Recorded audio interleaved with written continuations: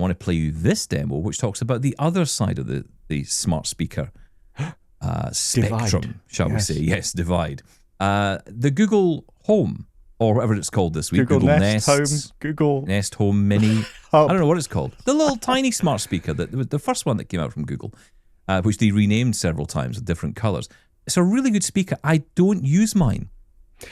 I hate to say it, I don't either. I've actually got two. I've got one in the living room and one upstairs because Sarah loves the Google Voice Assistant. She thinks it's so much better. Yeah. And to be fair, it is very good. It just, I don't know, it just never really caught on. It's just, I'm all in on the echoes in my house.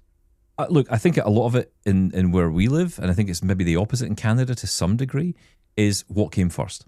Yeah, no, absolutely. In Canada, the Google Nest was there. Google Home came later, and I think a lot of people thought, well, hang on, I've bought into this. I'm not going to go and buy a different one. But my initial impression was, well, wouldn't the Google one be better? Especially for search, right? Because that's what Google are best known for. That's their bread and butter, of course. Yeah. And to be fair, it is. It is better. But it goes one step further than that, and that is around Google Gemini. Now, look, I've been using Gemini on my phone now pretty much exclusively. I don't use ChatGPT as much. I do for work stuff on the computer. I use GPT all the time, but I tend to use Google Gemini on the phone. And since you told me how to set it up using the action button, I could actually just go straight to it via a shortcut. So I just hold down the action button. Is it the action button? Yeah, the action button. I just hold that down. Yes, it is. I was thinking the one at the top, what used to be the mute button. Yes. Yes. And of course, it can be a mute button if you want, but I use it for the action button for invoking Gemini, and in particular, Gemini audio chat. So I can talk to it. And it's brilliant. It's absolutely brilliant. I love using it. Yeah. So, yeah. But anyway, I'd love to get Gemini on my smart speaker. The question is, can you? Well, John Dyer has been in touch. He thinks you can. Hi, guys. John here. I just wanted to do a quick demonstration using my Nest Audio, because I've heard you guys mention recently that you're looking forward to when Gemini comes to Google Assistant speakers. And I think it already has. So it was never a big announcement. I didn't see the word Gemini anywhere. But a couple of months ago, it started making this chime that I guess means the magic of AI is at work when I would ask advanced questions. And I think unlike how Lady A works, this is not something you have to go into and out of. It just simply does the Google Assistant thing or controls your smart home or whatever it normally does. But if it's a complicated request, then it sort of hands it off to Gemini. Now, I should mention that I'm enrolled in some sort of public beta or preview or something that I did within the Google Home app, so that might be why I have this at this point. And they did recently introduce some new voices, and when I got those new voices is also when this started happening for me, so I'm going to demonstrate it. Now, I will be saying okay, followed by Google at various points in this recording.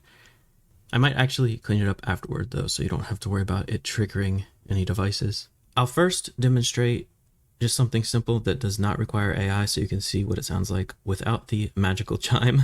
What time is it? 10:16 a.m.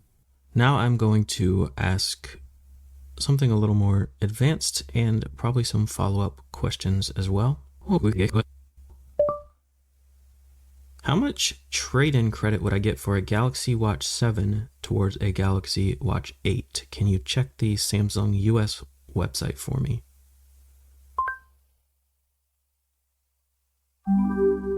On Samsung's US website, you can get up to $200 in trade-in credit for a Galaxy Watch 7 towards the purchase of a Galaxy Watch 8. The exact amount depends on the condition of your Galaxy Watch 7. Is it even worth the upgrade? What is the difference between the two?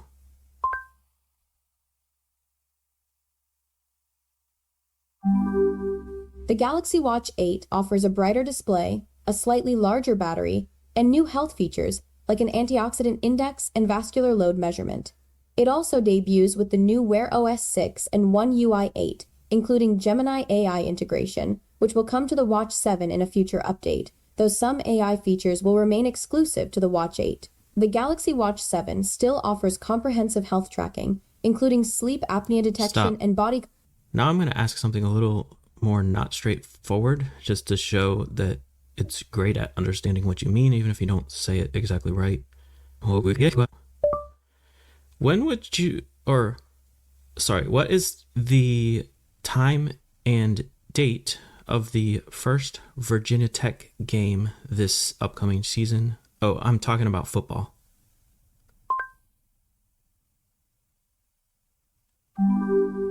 The first Virginia Tech football game of the upcoming 2025 season is on Sunday, August 31st against South Carolina in Atlanta, Georgia. The game is scheduled for 3 p.m. Eastern Time. What was their record last year? Virginia Tech is 8th in the NCAA Atlantic Coast Conference football, with 6 wins and 7 losses for a winning percentage of 46%.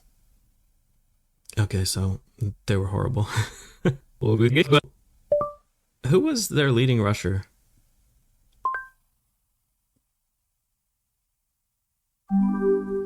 Bayshul Tootin was their leading rusher last year with 800 yards. Who drafted him? Bayshul Tootin was drafted by the Jacksonville Jaguars in the 4th round of the 2025 NFL. Are they supposed to have a good season this year? The Jacksonville Jaguars are predicted to have a better season in 2025 after a disappointing 4-13 record last year. They have a new head coach, Liam Cohen, and a new general manager. The team has added talent through free agency and the draft, including Heisman Trophy winner Travis Hunter. Their schedule is considered easier, but they face a tough start with games against the Bengals, Stop. 49ers. I'll just do a couple more examples. What is the keyboard shortcut to change the speech synthesizer with NVDA? The keyboard shortcut to open the Select Synthesizer dialog in NVDA is NVDA key plus Control plus S. The NVDA key is usually either the insert key or the caps lock key. How would I reverse a selection of audio using Audacity?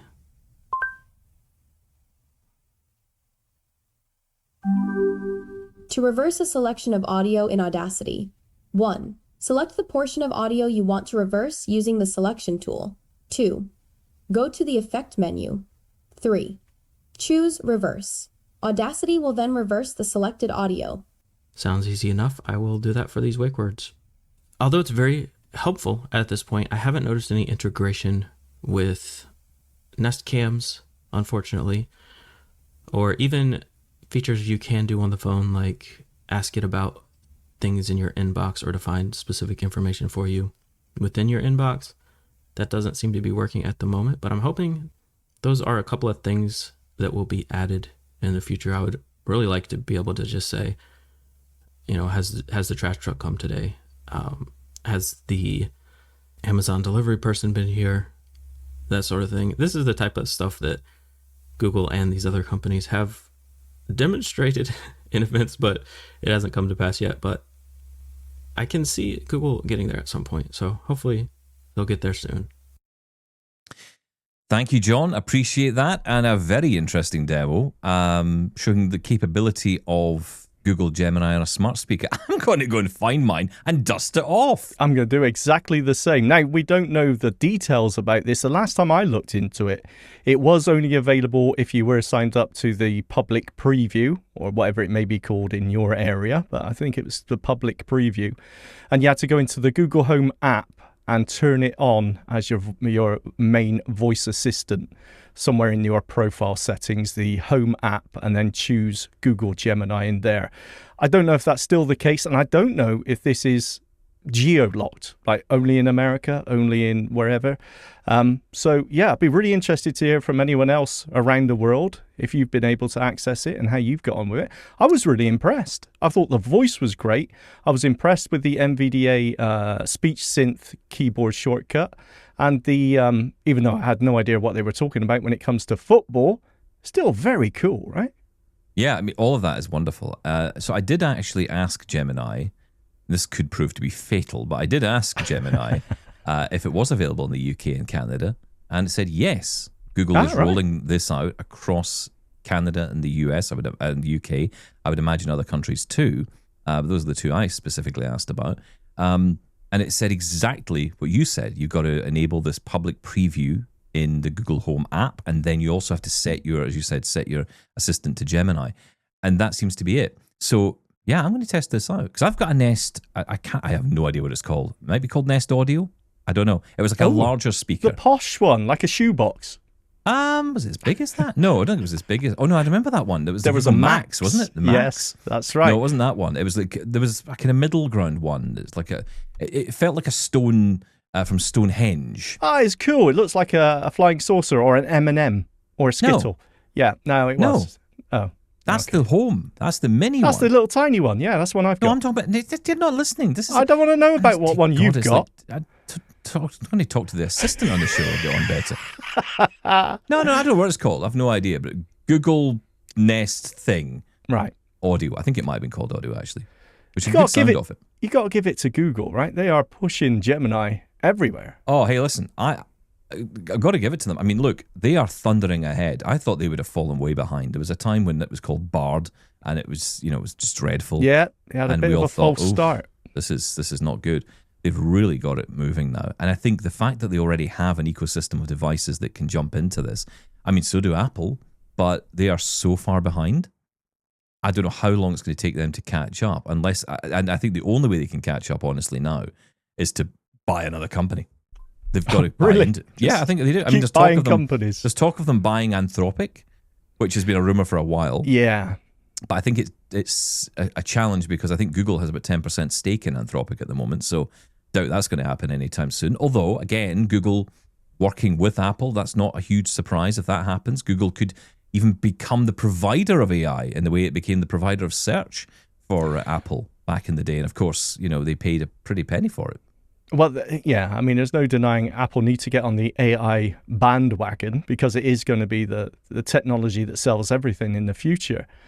I don't know, though. You know what? I think I'm seeing a bit of pushback towards AI now. You see a lot of people complaining about AI slop, as it's known, which is AI content on social media, on things like YouTube, where just AI generated anything. It's just everywhere, and it's actually getting noisy out there, too noisy to find the information that you're looking for, because it will just give you some misinformation, just AI generated. So I am seeing more sort of a desire for more accurate information. We all love, and this was a great thing about John's demo there. That was amazing, where you fall over your question and, you refer back to something, just that natural speech. That was a great example of AI just understanding the question that you're trying to ask. And that's what people love about it. That's what I love about it. But I think people are starting to pick up, okay, look, we need more accurate information now. I think Apple could pull this back. If they say, no, we're taking more time and we're going to keep this, private, I think Apple could actually get away with this. Yeah, look, I don't think, despite my assertions maybe earlier in the year that, people might look at Google phones or Android phones in particular and say, hey, maybe this is a better option down the line. I don't think there's any evidence of that happening, to be perfectly honest. Apple still reigns supreme in the iPhone world, at least, again, in the countries that they do. Let's put it that way. Not everywhere. But I find it interesting. I kind of feel, if this was inside the Apple ecosystem, it'd be amazing. And it does make me look at the Google ecosystem. And I also think about what I use inside Google now. I'm using Gemini. I'm using Google Workspace every day now, which I really like. And, one thing I love about it over, say, even just Google Docs in comparison to Microsoft Word is there seems to be a lot of, and there probably is already a lot of information out there for JAWS or NVDA users and even voiceover users who use it on those devices, on the Mac and the PC. I just feel there's a lot more information going into Google Workspace. And, I can find lots of webinars and useful resources to learn how to use Google Workspace. And it's completely cross-platform. That's what I love about it. Doesn't matter where you are, what device you're on, you can access it. Yeah, but we still haven't got past that Google reputation of just dropping it. losing it. Yeah, I know. And that still has people slightly worried, especially if you're investing in your smart home and you say, you know what, I'm all in on Gemini, I'm all in on the Google Nest smart speaker system. I don't know if I'd go that far because, is it next year? No, we're not doing that anymore. Well, I mean, look, they've given no love to those smart speakers at all. No new hardware for years now. I mean, I can't think when the last time that came out, and they still sell it proudly. And arguably, they don't maybe need to update it, and that's the point. It still works. I mean, look, the original Amazon Echoes still work, but there's going to be a cutoff point to that surely when it comes to Gemini, and I imagine there's going to be an element of, with Lady A Plus and with Gemini and with any smart speaker that comes out, there's going to be a requirement for newer hardware, especially if they want it to run locally. There may be things they want it to do locally. But there's something else I want to bring up, which is this divide which seems to exist. It's the same on Lady A Plus, and we're going to talk about that in a minute, but it seems to be the same now on Google as well. Well, there's a dividing line between the capability of one versus the other. So yes, the Google Gemini does all the smart stuff like answering all these great questions and, being able to give you live information about football games, whatever it is, but it can't turn your lights on. And that's an issue at the moment, isn't it? It seems to be there's a dividing line that you have to kind of come out of that option to get back in. If they could find a way to bridge that, which I'm sure they can. I mean, isn't this technology supposed to be smart? It can't work out. You're trying to use this with this, so therefore go into this mode to do it. To be fair, we're still in preview. Yeah. Right? Okay. So all right. Okay. This is coming. Yeah. Well, look, we're going to flip the table on it in a minute because we want to talk about the Amazon Echo and its Lady A Plus smart AI that it now has. David Ward is with us next as he's going to demonstrate some features you may not know about inside this preview, and we're going to get some of your comments on it as well on the other side of this. Hello, Shaun and Stephen. This is David Ward from across the pond, just giving you a little insight into my experiences with the A-Lady Beta, that is A-Lady Plus here in the U.S.